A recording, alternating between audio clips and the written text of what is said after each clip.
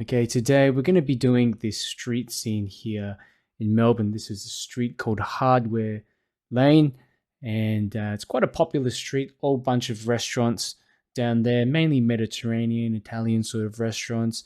This is during the daytime, and I thought I'd do a street scene during the daytime so that we can get some sharper sort of shadows.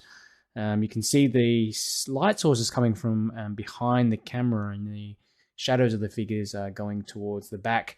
And I'm really considering whether to keep them like that or to sort of change it to move it a little bit more on an angle to the left hand side. But we'll see how we go. And the first thing I'm going to do is to put in the horizon line. And really, I'm just trying to separate out where the sky starts and the ground begins.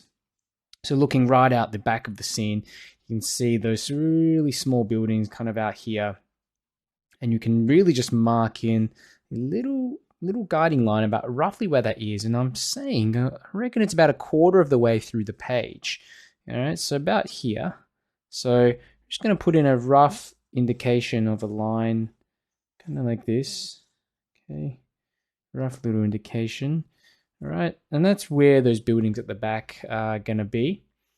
And I'm going to follow this kind of, I don't know how you call this, but basically just the little silhouette of the buildings all the way in the back.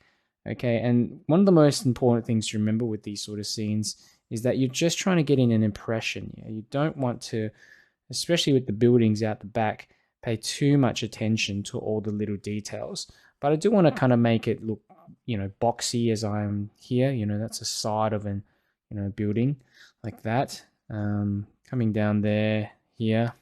Okay, got a building here in the back. You've got this really large building that kind of comes up just a little bit past the center point of the page, maybe here. Okay, you can see it all the way in the distance. And I really want to, I'm thinking to myself whether I should just create a bit of a silhouette for these buildings so that they're not too predominant here in the foreground. Okay, so just the side of this building now that we're trying to get in. Okay.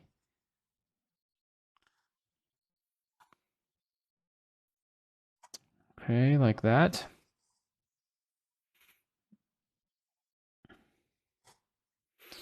And just a larger sort of building coming in. All right. You can see the slope of it as well. One of the most important things to remember is trying to get that perspective right. I'm imagining a kind of a dot around here, and a bunch of lines just emanating from this dot, and I'm using that, for example, to get in this little edge here, and this one here as well, this building. See, so I'm kind of just using that little point there. So simple 1 point perspective. Okay, there's some more, a larger sort of building here. A whole bunch of stuff on it. I'm not concerned as to getting in too many of the details, but I know it finishes actually about halfway through the page, so I've gone a bit too far. I reckon, though, it doesn't quite matter. We will change it up anyway. Good if I can reduce down these buildings on the side a touch. Okay. Again, we are just changing things up a little and not getting too bogged down in all the little details. You can actually see here there are all these windows on the side of this building and a little shade as well. The little, as you can see, just a little shade of some sort like that. This will be great because it sort of helps you catch a bit of sunlight on those buildings in the back. You get more of them as you go closer. They're just a bit more visible. Of course, now we've got this enormous building that goes out of the scene all the way out there. Okay, and we'll bring this down forward a bit more. This is the side of the building here, of this building in front. Okay, and you notice how they just all overlap with each other a touch.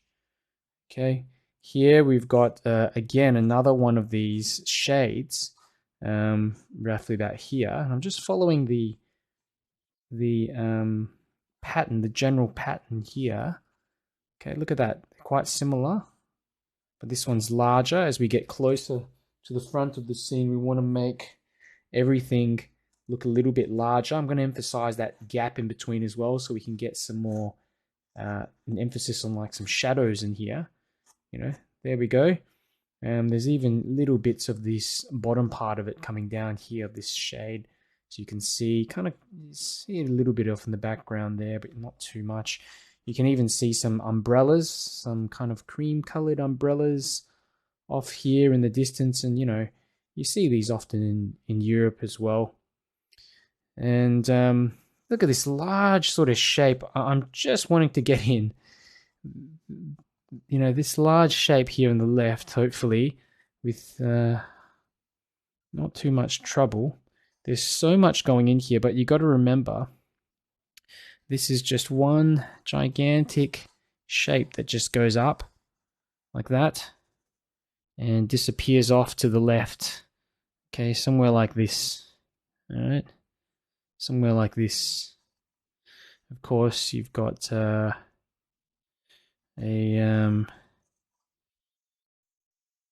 bit of this signage here as well. Not only that, but we've got a building here in the background. I nearly forgot about that. So this can be part of the silhouette that I'll get in afterwards. Just off in the background. Something over there. Let's try to make the side of this building look a bit more realistic here. I'm going to just bring that up. And you can also see that there are windows. Okay, look on the side of that building. Larger sort of windows. Like that. There. Here as well. Like that. There. There's a lamp here, just to simplify it down once again. Just a little lamp that's coming in from the side of the scene. Okay, you can kind of just see it, but it's not so apparent. And again, these windows, I'm just following as we were putting in before, just this general line that we have coming up here, and it helps guide. I mean, these windows are slightly off. I mean, it should be further down, but it's not a huge deal. Okay, there's actually a shade here as well.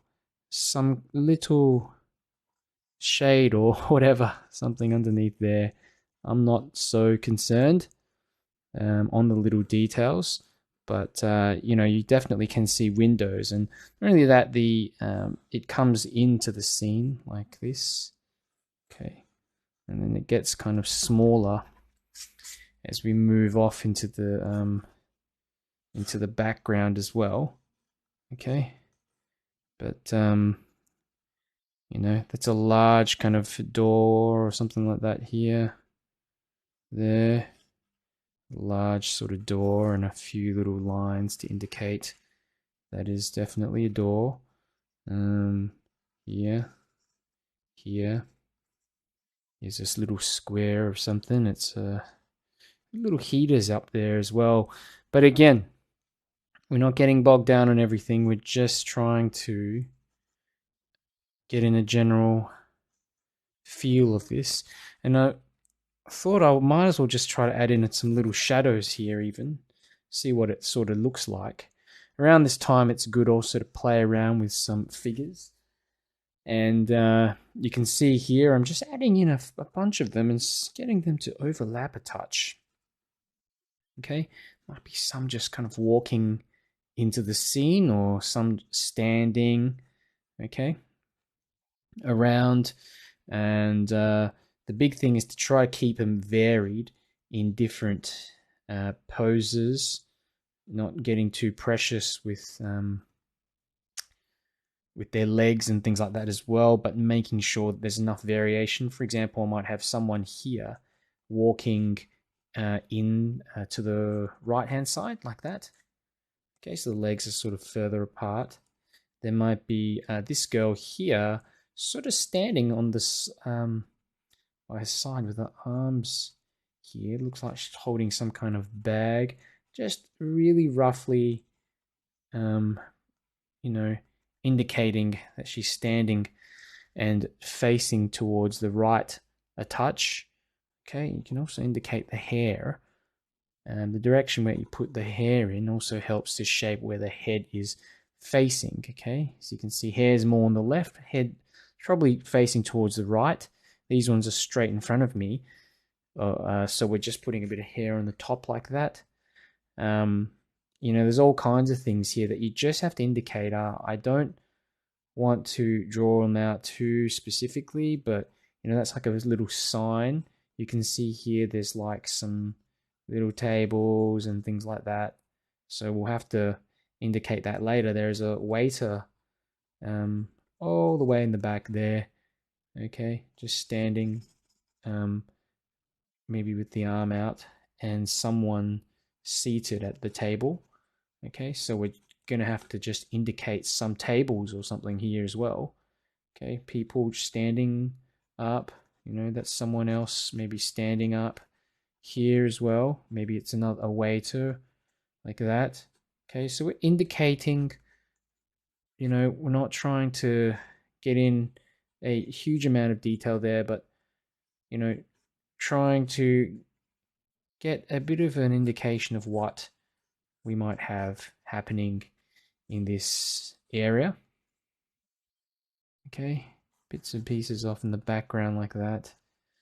There, just come down. That's like a separation of the building. Okay. Having a look around now, that's a good amount of figures, but I want to add another one here, just closer. And the reason why is that it helps to actually draw the eye into the scene. If you've got a few different figures at different distances from the front of the scene. This is a large head. Look at that large head of a figure here. I've just made this one up. Could be carrying a bag like that. Okay, head's a little bit big actually. I'll reduce that down a touch. But we have a figure that's walking into the scene. Okay, like this. Right. So this leg, right leg forward, left leg kind of tucked a bit behind, in front of the right leg. Okay, so you've got this sense of decreasing size. That little dot that I drawn there before, I'm just extending out some lines from that dot, and you can get these little perspective lines that stem from that area. Okay, give it a bit more dimension. Okay, starts looking more three-dimensional. I don't like how this building is so could I put it, so modernized. I want to just maybe separate out the floors, but at the same time I'm going to perhaps change up some of these windows a touch. Make them look a bit more interesting, and perhaps similar to that one over there. Just change things up a little bit, because I don't like those. It kind of looks a bit like an office building, and it probably, the top of that building is probably an office building. I'm not sure, but something like this just makes it look a bit better, in my opinion. So again, you don't have to worry about getting in the exact details, making it look just like that reference photo. Often that reference photo needs to actually be changed around depending on what your vision is. And that's why I like talking about what I'm planning and how I'm planning, so you can understand that as well, and how to change things up. So that's more or less it. I think I'm quite happy with how this scene looks right now in terms of the sketch. So let's go ahead and get started on the painting.